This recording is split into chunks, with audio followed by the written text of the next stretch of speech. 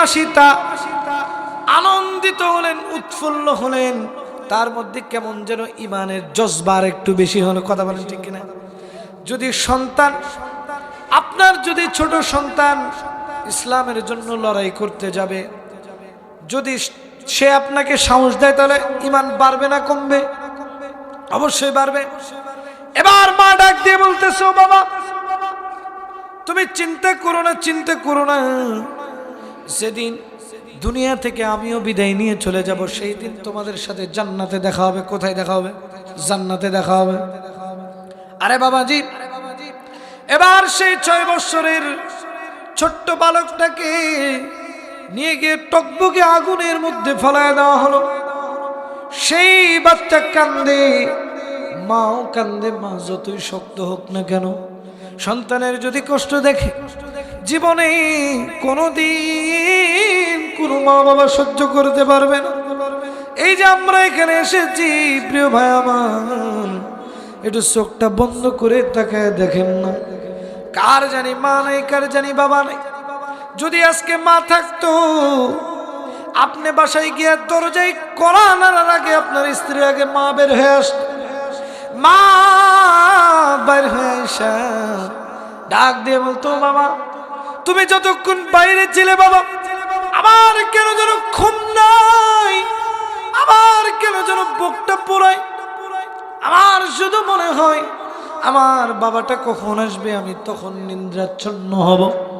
যখন দেখবেন কোনো মা বাবা যদি, সন্তান যদি কোনো বিপদে পড়ে, দেখবেন মা বাবা আগে থেকেই জানা যায়।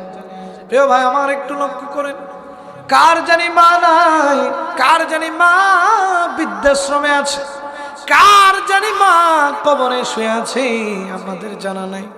কোন দিন জানি আমাদের কবরের আযাব শুরু হয়ে যাবে, কোন দিন জানি আমার আপনার নামটা মসজিদের মাইকে এলান হয়ে যাবে। রে বাবা, আমার আপনার কোনো খোঁজ নাই, খোঁজ নাই। আমি আপনি কোনো সময়ে চিন্তা করি না, কবরের আযাবের চিন্তা করি না, কোন দিন জানি মৃত্যু হয়ে যাবে। এই যে আজকে আমরা যারা এসেছি, বসেছি, এমনও হতে পারে এই যে ডানে বামে বসা আলেম ওলামা রয়েছেন, শুনিয়ে দেখেন, আজরাইল এমন একটা ফেরেশতার নাম, যেই ফেরেশতা যদি কোনোদিন কোনো মানুষের কাছে আসে, উনি কখনো খালি হাতে ফেরত যায় না। একটু চোখটা বন্ধ করেন, দিলের কানটা লাগায় শোনেন। কোন দিন জানি আপনার নামটা এই যে মসজিদের উদ্যোগে যেহেতু মাহফিল মসজিদের মাইকে এলান হয়ে যাবে, কাফুরা গ্রামের সর্বোচ্চ টাকাওয়ালা মানুষটা আজকে দুনিয়া থেকে বিদায় নিয়ে চলে গেছে। দেখবেন দৌড়াদৌড়ি শুরু হয়ে গেছে।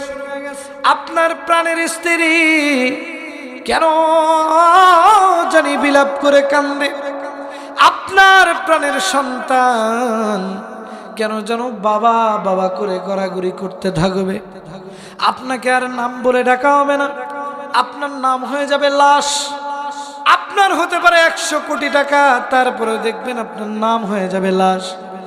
আপনার পরিবারের সবচেয়ে যেটা আদরের সন্তান ছিল আপনার, এই সন্তানটা দেখবেন রাত্র যত গভীর হবে, আপনাকে দূর দূর দূর বহু দূর তাড়িয়ে দিতে থাকবে।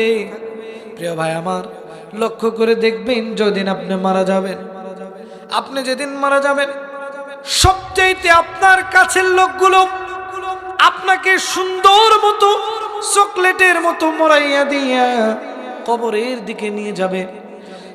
সেই দিন কিন্তু কেউ আপনার দুশমন থাকবে না, সবাই আপনার বন্ধু হয়ে যাবে।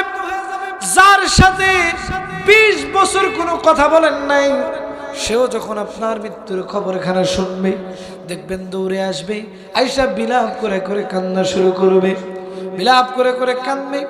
আপনাকে কবরের দিকে নিয়ে যাওয়া হবে, আপনার রূহখানা আরশে মুআল্লায় চলে যাবে।